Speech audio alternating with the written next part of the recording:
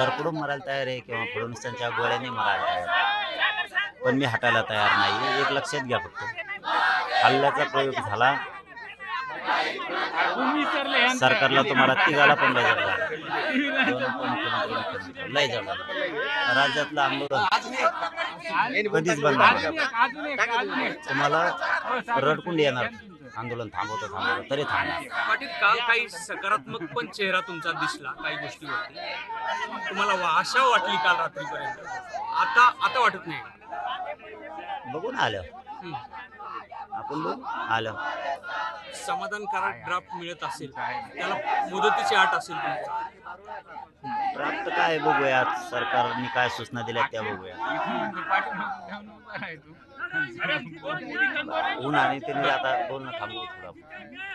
खर तर ऊन आहे. समृद्धी महामार्ग रोखलाय कार्यकर्त्यांनी, मोठा गोंधळ निर्माण झालेला आहे, काय आव्हान करायचं? पोरांनी शांत राहावं, त्यांची पण भावना खरी आहे. समाजाच्या लेकराचं वाटोळं होतंय, ते तरी कसे दम खाते. पण माझं आव्हान बघा, शांत राहावा, सरकारकडून चूक हो द्या, मग त्यांना कळण आंदोलन काय असतं.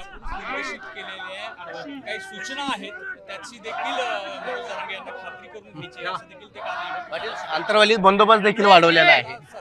नाही, ते पहिल्यापासूनच आहे, मला काय त्यात शंका नाही. ते वाढवतात पहिल्यापासूनच, पब्लिक लई येते म्हणून.